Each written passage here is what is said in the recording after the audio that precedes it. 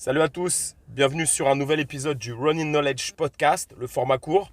Donc je vous rappelle le principe, un court épisode tous les jours pendant un an sur des sujets variés. Donc ça explique pourquoi là je suis dans la voiture, je sors du taf et je sors du coaching à la suite. Et donc pour pouvoir faire les podcasts tous les jours, je les fais dans la voiture, au club, etc.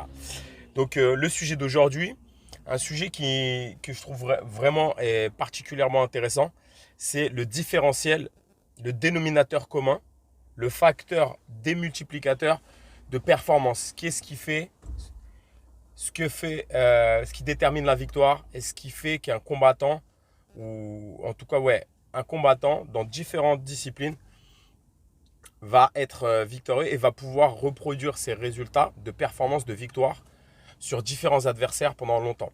J'en ai déjà parlé dans d'autres podcasts, mais là, c'est vraiment intéressant d'en remettre un peu une couche et d'approfondir un petit peu. Déjà, on va prendre un combat. Qu'est-ce qui se passe quand deux combattants sont sur la zone de combat?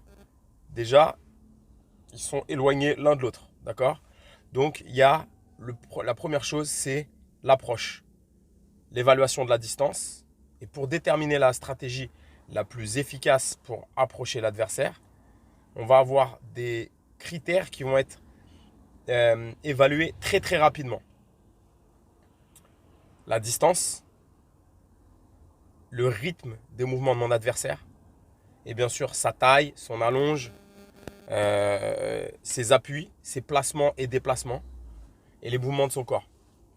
À partir de ça, notre corps, notre vision qui a été aguerrie par rapport aux entraînements, s'ils ont été plus ou moins efficaces, je vais pouvoir reconnaître des patterns, c'est-à-dire des cycles comme dans un jeu vidéo qui se reproduisent, et pouvoir déterminer mon approche. La plupart du temps, on a des spéciaux. Donc ces spéciaux, je vais rentrer toujours avec une main à l'intérieur, avec le pied gauche en avant, le pied droit en arrière, etc. Commencer à tourner. Ça va dépendre de nos habitudes et de nos stratégies et de notre évaluation du combat à un instant T. Donc, évaluation de la distance. Mais on voit qu'il y a plein de sous-critères qui rentrent en compte. Ensuite, on va avoir le timing, à quel moment je fais telle action, une attaque, une défense, et le coup d'œil. Et tout ça, l'évaluation de la distance, le timing et le coup d'œil vont être interdépendants. Okay, la qualité qui va permettre à un combattant de déterminer quelle action, à quel moment, à quelle distance, à quel rythme et à quel endroit, dans les jambes, etc., quelle hauteur, euh, ça va être l'intelligence de combat. Donc dans ce podcast-là, je vais parler de l'intelligence de combat qui, je pense, à mon sens, après beaucoup d'années de combat, de pratique tous les jours et de formation de combattants, me semble pour moi être le facteur déterminant de la victoire. Quand je dis l'intelligence de combat, c'est vraiment différent d'une autre forme d'intelligence. Peut-être qu'on pourrait établir un pont, une connexion entre une forme d'intelligence, je sais pas, stratégique ou dans les échecs ou je ne sais quoi, mais j'ai pas vu de réel, ou j'ai pas réussi à identifier pour le moment de réel euh, parallèle entre les différentes formes d'intelligence et le QI de combat, le fighting IQ, le QI de combat, l'intelligence, le niveau. Je dis l'intelligence par manque d'autres mots en français, le QI de combat, d'accord.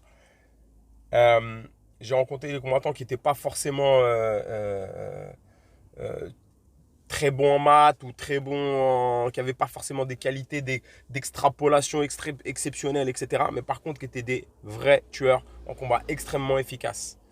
Et j'en vois souvent. Euh, j'ai voulu isoler ça et essayer de reproduire euh, ça, essayer d'enseigner, de développer cette qualité déjà pour moi dans mes entraînements, mais ensuite avec les athlètes que j'entraîne.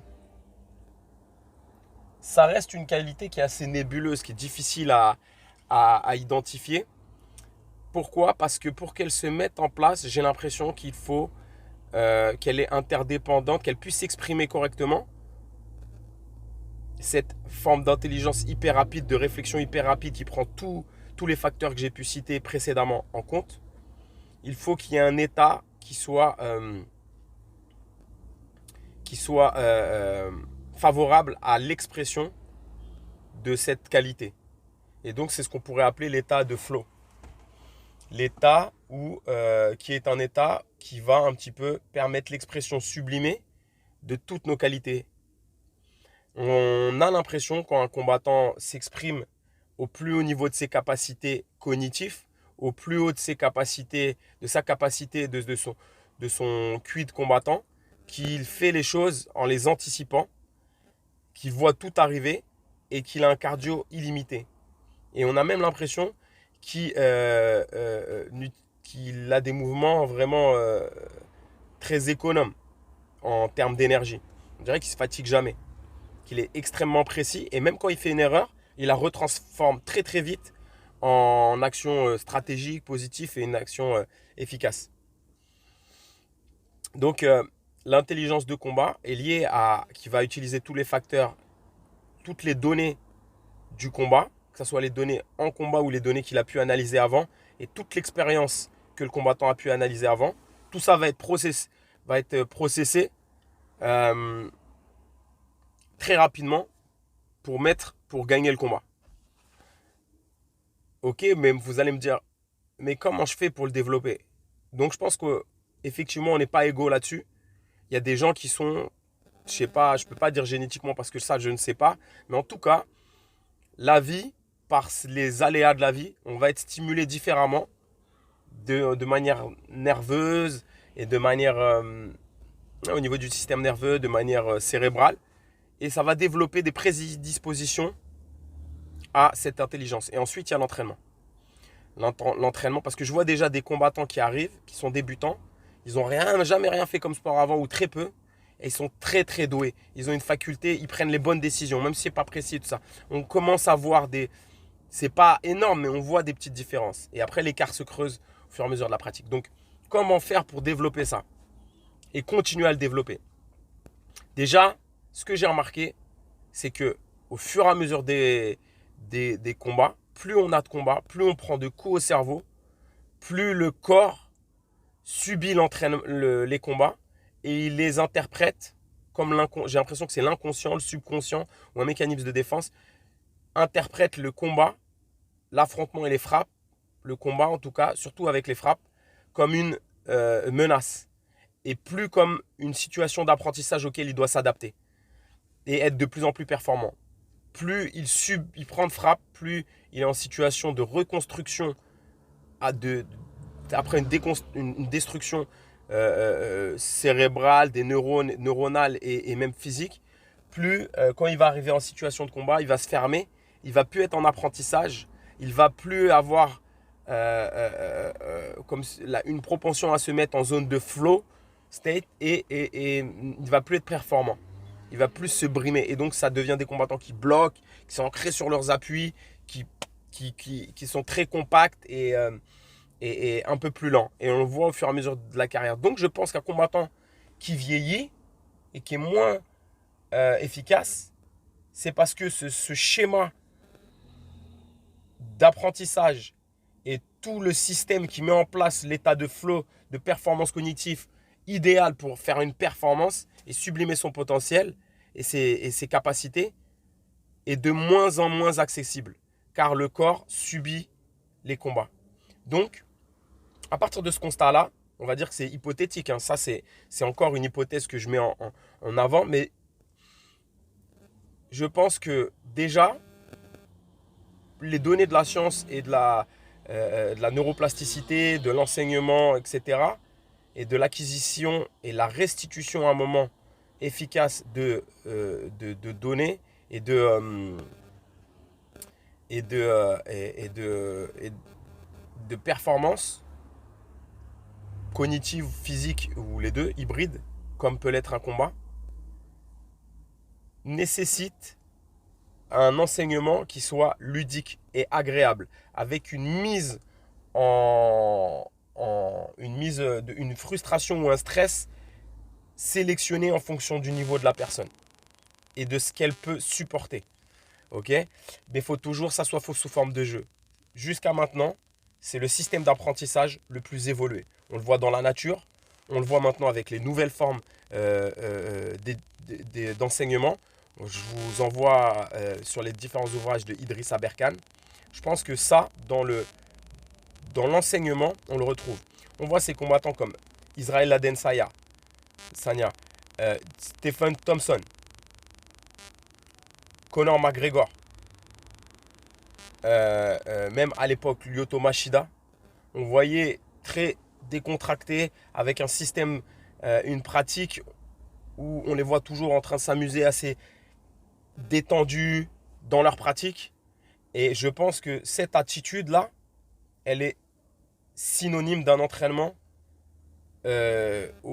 sur le même modèle. C'est-à-dire qu'ils ne vont pas chercher. On voit aussi, par exemple, je peux citer Gary Tonon pour le sol, Marcelo Garcia, des combattants qui ont l'impression d'être super, qui donnent l'impression d'être super décontractés quand ils combattent, et ils sont extrêmement efficaces. On voit Gordon Ryan aussi. Et ça me fait me souvenir que John Danaher disait, c'est pas l'entraînement qui doit ressembler à la compétition, mais la compétition qui doit ressembler à votre entraînement. À partir de là, on est toujours en terrain connu. Et donc, on peut se détendre parce qu'on connaît ce qui se passe. Et on va pouvoir s'adapter aux petites variations qui sont peut-être inconnues. Mais en vrai, on a presque tout vu en entraînement. Si on fait le contraire, ça crée du stress puisqu'on est en zone inconnue. Donc, ça veut dire que quand on va combattre, on va essayer de combattre comme on combat à l'entraînement. Être au plus proche. La seule différence, c'est le public et les lumières. Mais littéralement, c'est la même chose. Chez un combattant, ça c'est le contexte. Comment favoriser l'état de flow et l'expression de son QI, son QI de combat au plus haut niveau lors de la compétition. Et ainsi être efficace. Ou faire une performance, pour le moins. Comment développer ça avec des strikers ou des combattants en MMA, mais je vais parler plus de la partie striking. Les frappes au visage peuvent être subies et avec le temps créer des problèmes au niveau cérébral. Et donc au niveau cérébral, plus on va prendre de frappes, c'est très très souvent synonyme d'une conséquence qui est assez grave pour la performance et surtout pour la santé. C'est une augmentation du temps de réaction, une diminution une augmentation du temps de perception. Et cette augmentation-là, je suis dans la voiture donc il faut que je rallume. Cette augmentation-là, elle crée que même si on voit les coups arriver, les choses arriver, on a moins de temps de concevoir une technique très avancée, une technique spécifique et efficace rapidement pour avoir la bonne réponse lors du combat. Donc, il faut créer lors des entraînements des schémas. Par exemple, je donne un exemple, mon adversaire est très très bon en coup de pied retourné. Ok, donc on va commencer on va faire un sparring de 2-3 minutes à une vitesse réduite où mon adversaire fait que des coups de pied retournés. Lentement. Et moi, j'applique ma stratégie d'attaque pour le mettre qui contient mes spéciaux pour le mettre hors d'état de nuire. Par exemple, si je peux l'amener au sol, hors d'état de nuire, pardon, c'est pour le mettre hors combat. Je peux l'amener au sol si je suis plus un grappleur, ou alors je peux essayer de le contrer sur des frappes, etc. Mais déjà, il faut que j'apprenne à mon cerveau progressivement à traiter l'information. Ensuite, je vais pouvoir augmenter la vitesse. Progressivement, comme un jeu de vidéo où j'augmenterai le niveau de difficulté. Et une fois que je me suis adapté à ça, à cette attaque simple, je vais créer des attaques multiples. Mon partenaire d'entraînement va imiter toujours mon adversaire, mais cette fois avec les différents systèmes d'introduction que mon adversaire que je vais combattre dans le combat utilise. Par exemple, s'il introduit souvent son coup de pied tourné après un jab ou un one-two, un jab direct, et ben lui va faire pareil, à la même distance, avec les mêmes mimiques. Toujours à une vitesse réduite, et après on recommence à accélérer. Et ensuite, on remet ça dans un combat avec un peu plus d'incertitude, en rajoutant, parce que des fois un combattant peut rajouter des nouvelles techniques, On voit John Jones qui sort tout à chaque combat des nouvelles techniques, donc toujours en rajoutant de l'incertitude. Mais je pense que déjà comme ça, le cerveau a eu le temps de s'adapter à cette stratégie. On va être vraiment prêt pour le type d'adversaire qu'on va combattre et on va limiter les risques d'impact et de blessures au niveau du cerveau, tout en augmentant de manière extrêmement efficace et productive l'efficacité, les chances de victoire contre un adversaire et contre l'adversaire qu'on va affronter. Donc, c'est sous forme de jeu tout ça, mais sous forme de jeu, on va diminuer les risques, on va augmenter l'intensité et la vitesse progressivement. L'adversaire, le combattant, va moins se blesser et augmenter ses chances de réussite. On peut peut-être faire la même chose avec le sol, au sol ou en lutte. Travailler d'abord la technique de manière statique et ensuite contre un adversaire qui résiste un petit peu avec du sparring à thème, on augmente la résistance et ensuite dans du sparring libre. D'accord? Mais être plus spécifique sur le sparring à thème en jugeant, en déterminant différents types de vitesse et d'intensité. Comme ça, on va être prêt contre différents types d'adversaires et contre notre adversaire spécifique pour les combattants de MMA qui arrive. Et je pense que comme ça, on va même améliorer la confiance qu'a le combattant pour le combat. Il va pouvoir venir plus décontracté et serein, donc parce qu'il sait qu'il est prêt pour ce qu'on a pu prévoir de l'adversaire.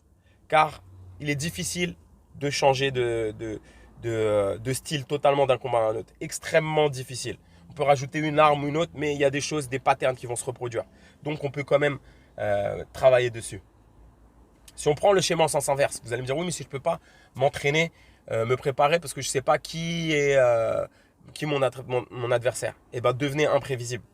Ayez un style où il est difficile de trouver la bonne distance contre vous, de vous cadrer, de lire vos attaques.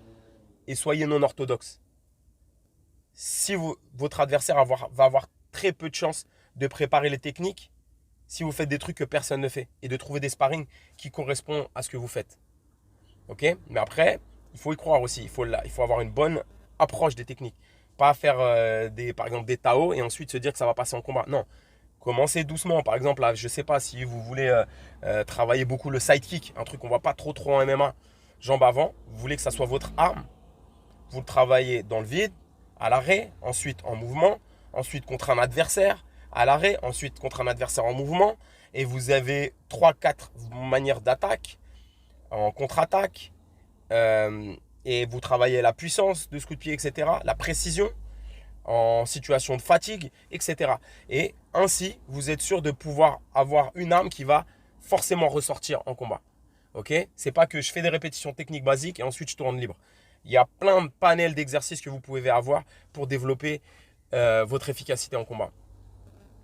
Ce système-là, il est vraiment prouvé par la plupart des grands combattants, surtout en MMA, qu'on peut retrouver. Donc, je peux citer Conor, je peux citer même des Khabib, etc. Pour Khabib, c'est la même chose. Sparring à thème, on le voit souvent tourner avec ses amis, là, des gars du Daghestan, etc. Pourquoi? Parce qu'il sait qu'ils ne vont pas le blesser, qu'ils vont le mettre en difficulté et que les sparring vont être productifs. Ok?